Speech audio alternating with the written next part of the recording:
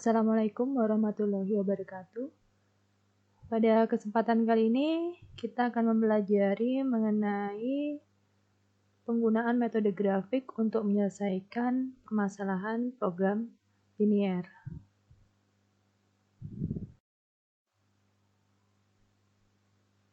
Kita langsung ke contoh latihannya. Di sini ada contoh permasalahan mengenai program linier. Pabrik penghasil cat eksterior dan interior menggunakan dua bahan mentah, yaitu A dan B. Ketersediaan bahan mentah A adalah maksimum 6 ton per hari. Ketersediaan bahan mentah B adalah 8 ton per hari. Kebutuhan harian akan bahan mentah diberikan pada tabel berikut. Jadi di situ ada bahan mentah A, kemudian bahan mentah B. Untuk cat eksterior dan interiornya diberikan pada masing-masing tabel seperti itu ya. Jadi ton bahan per ton cat. Jadi untuk bahan A di situ untuk menghasilkan cat eksterior akan membutuhkan 1 ton bahan per ton catnya.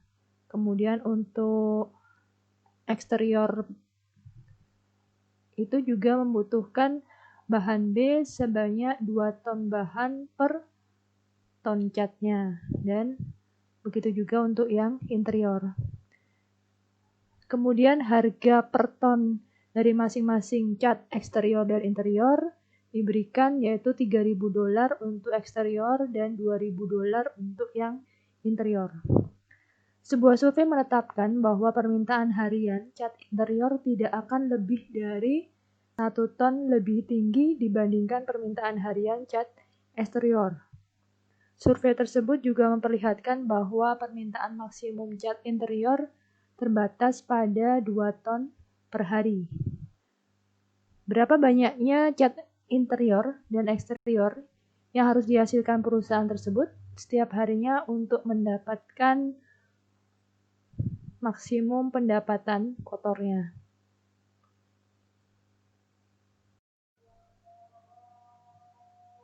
Jadi kita buat modelnya dulu ya, model program liniernya. Yang pertama adalah variabel keputusan. Jadi tadi adalah kita akan menentukan kira-kira jumlah cat eksterior dan interior yang harus diproduksi setiap hari berapa ton. Jadi kalau kita definisikan variabel keputusannya, X1 adalah banyaknya cat eksterior yang diproduksi setiap hari, satuannya adalah ton. Kemudian X2 di sini adalah banyaknya cat interior yang diproduksi setiap hari, satuannya juga ton di sini. Kemudian setelah variabel keputusan kita punya fungsi tujuan. Tadi kan tujuannya adalah memaksimumkan pendapatan kotor. Jadi kita punya maksimum Z dengan Z-nya adalah 3X1 ditambah 2X2. Jadi 3 di sini tadi adalah laba ya. Laba atau pendapatan dari cat eksterior, kemudian dikali banyaknya cat eksterior ditambah laba dari cat interior untuk per tonnya dikalikan dengan banyaknya cat interior per tonnya juga. Jadi di sini satuannya adalah dalam ribuan dolar. Kemudian yang ketiga ya. Jadi kita setelah punya variabel keputusan, kemudian fungsi tujuan dan kendala. Kendala yang pertama adalah kita punya keterbatasan dari bahan mentah A. Jadi di sini tidak boleh lebih dari ketersediaan bahan mentah A. Begitu juga untuk yang bahan B. Jadi tidak mungkin lebih dari 8. Kemudian tadi ketika kita membuat cat eksterior, kita akan butuhkan 1 bahan mentah A. Kemudian untuk yang cat interior kita akan membutuhkan 2. Di sini adalah 2 bahan mentah A dikalikan dengan banyaknya cat interior di sini untuk setiap harinya. Jadi X1 ditambah 2X2 kurang dari sama dengan 6. Begitu juga untuk yang kedua, ini adalah batasan untuk bahan mentah B. Jadi kita punya 2x1 ditambah 2x2 kurang dari sama dengan 8. Kemudian batasan yang ketiga tadi ada survei pasar. Jadi permintaan harian cat interior yaitu adalah X2 tidak akan lebih dari 1 ton lebih tinggi dibandingkan permintaan harian cat eksterior. Jadi X2 tidak akan lebih dari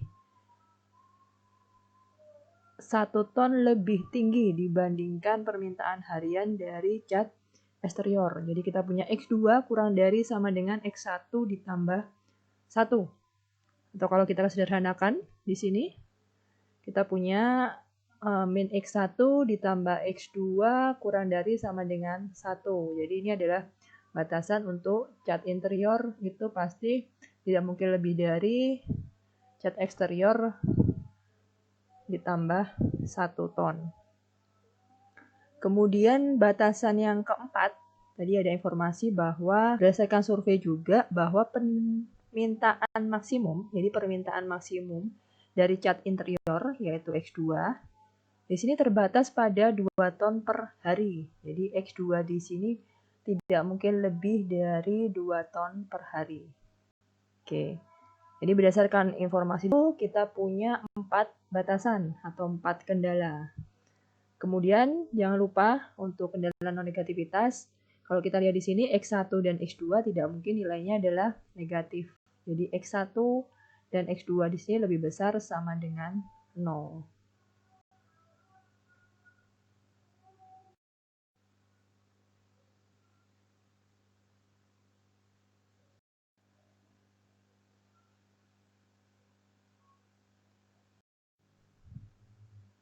Kalau kita kembalikan ke permasalahan tadi, kesimpulan. Berikutnya kita akan belajar analisis sensitivitas. Jadi di sini kita akan mempelajari pengaruh perubahan dalam parameter model linear programming terhadap pemecahan optimum. Atau bisa juga dikatakan bahwa kita akan mempelajari pengaruh variasi dalam koefisien biaya atau laba dan jumlah sumber daya yang tersedia terhadap pemecahan optimum. Jadi maksudnya yang perubahan parameter di sini yang kita selidiki adalah koefisien fungsi tujuan dan jumlah sumber daya. Jadi ada 2 di situ. Jadi koefisien fungsi tujuan dan jumlah sumber daya di sini adalah ruas kanan maksudnya. Jadi ruas kanan. Oke.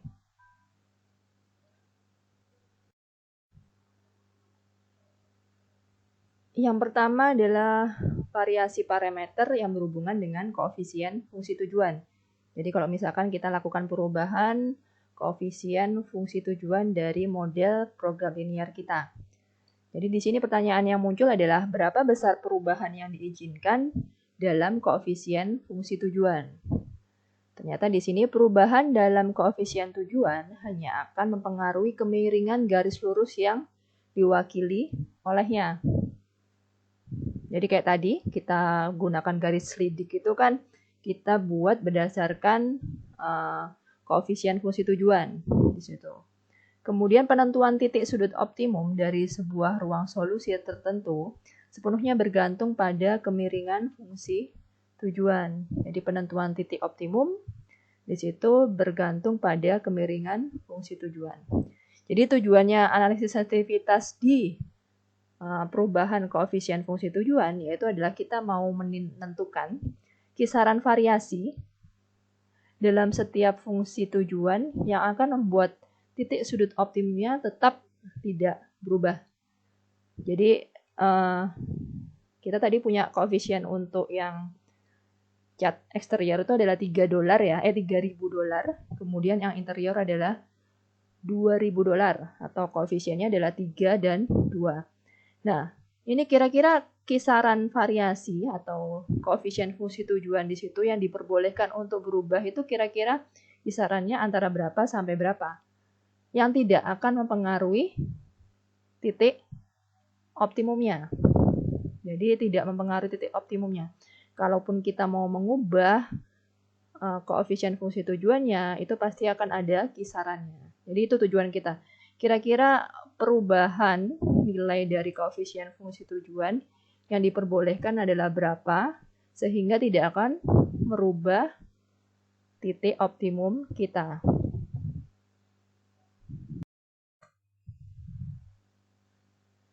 Menentukan kisaran variasi untuk C1 dan C2. Jadi C1 dan C2 ini adalah koefisien fungsi tujuannya. Sehingga titik optimum kita tidak berubah, yaitu tetap di titik C di sini. Jadi kalau tadi area solusinya ada di sini ya. Jadi A, B, kemudian C, kemudian D, kemudian E, kemudian F. Ini adalah model program linearnya tadi. Jadi ada yang pertama di sini fungsi tujuannya tadi. Kemudian batasan yang kedua, maksud saya adalah batasan di sini kita beri nomor 2, kemudian ketiga, 4, 5, dan 6. Kalau kita gambar, ini adalah batasan yang kedua, atau X1 ditambah 2X2 sama dengan 6. Ini adalah garisnya. Kemudian garis berikutnya adalah 2X1 ditambah X2 sama dengan 8. Jadi ini. Kemudian min X1 ditambah X2 sama dengan 1. Nih. Kemudian X2 sama dengan 2. Nih. Dan sumbu X dan sumbu Y-nya ya. Sumbu X dan sumbu Y. Oke. Kalau kita gambar di sini Z-nya ya, yaitu adalah 3X1 ditambah 2X2, itu adalah sama dengan 6. Maka kita akan dapatkan ini garisnya, atau di sini adalah Z sama dengan C1X1 ditambah C2X2. Jadi yang garis tipis ini adalah C1X1 ditambah C2X2. Jadi di sini titik optimumnya tidak akan berubah selama di sini kita penurunan C1. Jadi penurunan C1 atau kenaikan C2-nya di sini itu adalah antara persamaan garis ini, persamaan garis yang ketiga dan persamaan garis yang kedua. Jadi antara persamaan garis yang kedua dan ketiga di sini, misalkan kita geser ke sini dengan ini berarti kan naik. Nah, selama di sini tidak ada perubahan melebihi dua persamaan garis ini, maka titik optimum kita tetap akan ada di C tersebut. Jadi selama persamaan garis yang kedua, jadi X1 ditambah X2 sama dengan 6, dan 2X1 ditambah X2 sama dengan 8.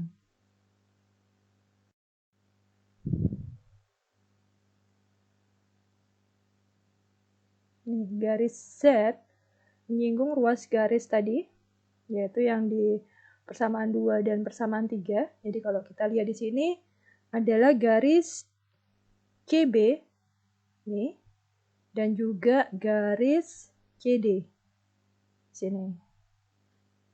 Jadi garis Z kita akan menyinggung ruas garis CB dan CD. Di sini berarti ada titik optimal alternatifnya.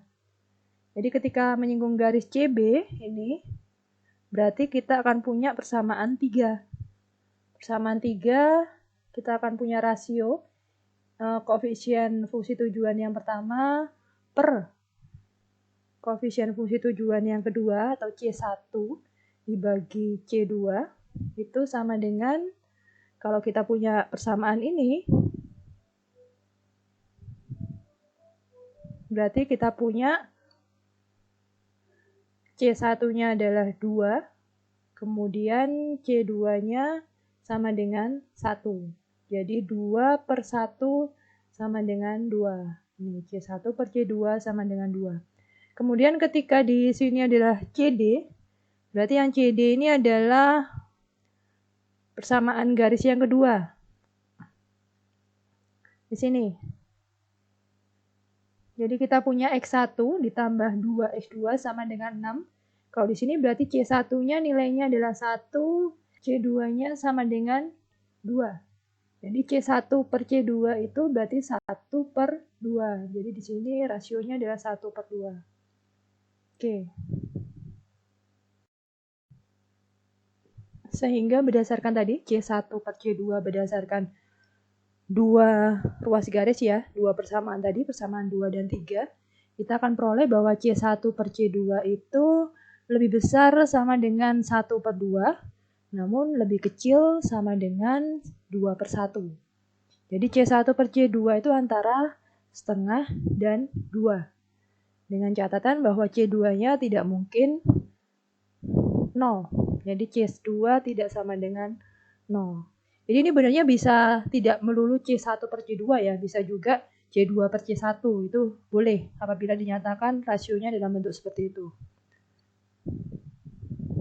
Jadi maknanya apa? Jadi pertidaksamaan tersebut menyatakan bahwa setiap perubahan dalam C1 atau C2 yang mempertahankan C1 per C2 dalam kisaran setengah hingga 2 di sini, jadi dengan interval seperti ini. Jadi gini, kita kalau misalkan mempertahankan kisaran C1 per C2 antara setengah dan 2 seperti ini akan selalu mempertahankan C itu sebagai titik optimum. Jadi selama C1 dan C2-nya berada di kisaran seperti ini, jadi titik optimumnya akan selalu berada di C. Jadi tidak akan berubah. Namun kalau sudah keluar dari kisaran itu, pasti titik C tidak akan menjadi titik optimum kita.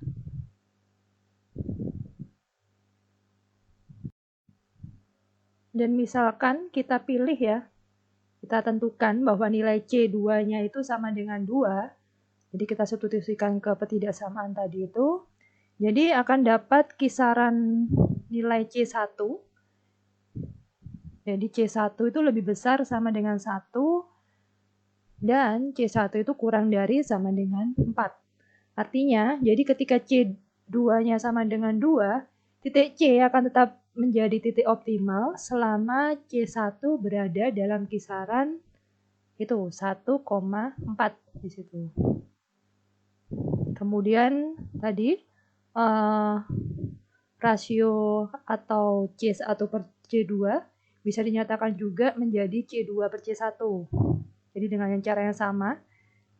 Jadi nanti C2 dan C2 per C1 dia akan berada di kisaran seperti itu. Dengan C1-nya tidak sama dengan 0. Jadi ketika dipilih C1-nya sama dengan 3, maka akan diperoleh kisaran bahwa C2 itu lebih besar sama dengan 3 per 2, C2 kurang dari sama dengan 6. Jadi artinya ketika C1-nya itu sama dengan 3, maka titik optimalnya tetap akan berada di C, atau C itu akan menjadi tetap titik optimal selama C2-nya berada dalam kisaran 3 per 2,6 itu tadi. Oke, jadi ini adalah analisis sensitivitas yang pertama.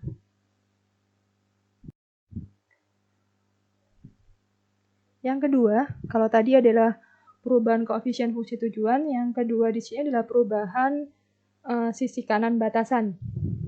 Jadi ruas kanan. Di sini pertanyaannya adalah berapa nilai 1 unit sumber daya? Jadi sensitivitas dari pemecahan optimum terhadap perubahan dalam sisi kanan batasan. Jadi tujuannya adalah menentukan pengaruh perubahan dalam sisi kanan batasan terhadap nilai pemecahan optimum. Jadi kira-kira kalau terjadi perubahan di sisi kanan, bagaimana pengaruhnya terhadap nilai pemecahan optimum.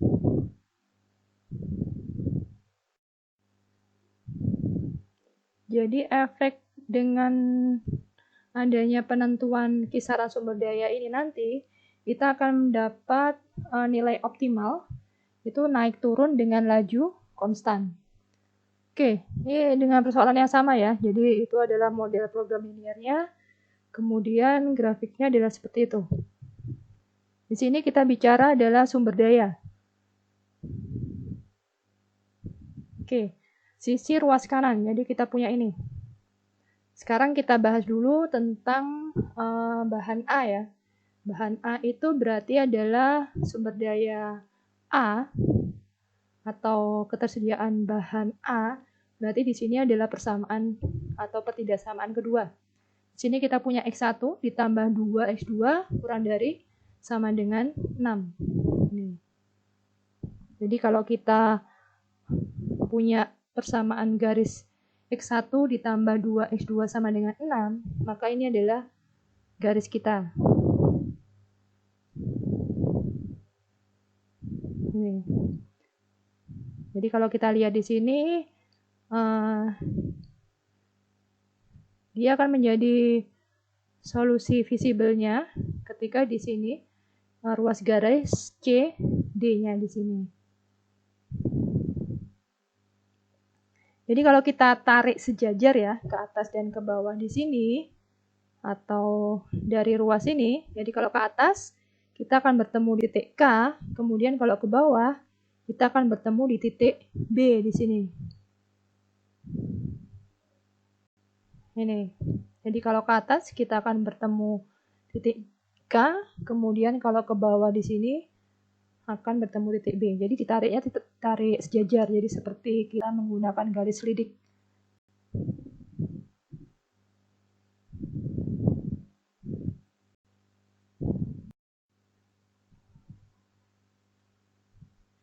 Untuk lebih jelasnya, jadi kalau kita misalkan, jadi kalau kita lihat di sini ya, kita punya persamaan X1 ditambah 2X2 sama dengan 6. Kalau kita naik ke atas, jadi kita akan ke titik K, kemudian ketika ke bawah, di sini akan ada titik B. Jadi ada titik K di atas dan titik B di bawah. Di sini daerah visibelnya tidak terpengaruh. Jadi akan diperoleh ring atau kisaran untuk bahan mentah A. Jadi B di sini sebagai batas bawah, kemudian K di sini sebagai batas atas. Ini. Sehingga kita punya titik B di sini adalah koordinat 4,0. Kita substitusikan ke persamaan tadi, persamaan 2, yaitu X1 ditambah 2X2, berarti kita punya nilai sama dengan 4. Jadi bahan mentah atau batas bawah untuk bahan mentah A adalah sebesar 4. Kemudian untuk K di sini sebagai batas atas dengan cara yang sama. Jadi kita punya koordinat di sini adalah 3,2. Kita substitusikan ke persamaan 2, kita punya batas atasnya adalah 7. Jadi bahan mentah A yang diperbolehkan adalah lebih besar sama dengan 4 dan lebih kecil sama dengan 7. Dapat dinyatakan sebagai berikut ya. Jadi jumlah bahan mentah A lebih besar sama dengan 4 dan lebih kecil sama dengan 7.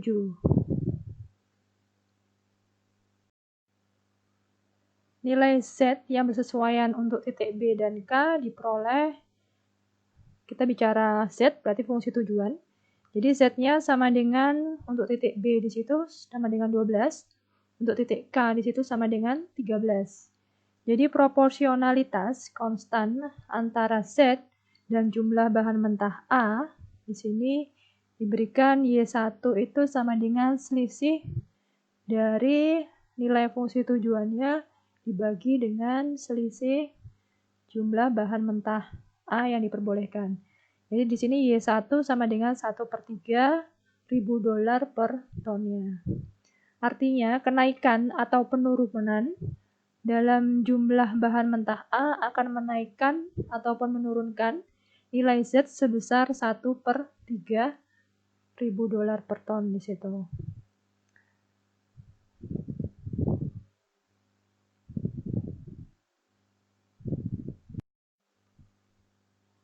Selanjutnya mungkin untuk latihan ya, jadi bisa dicoba.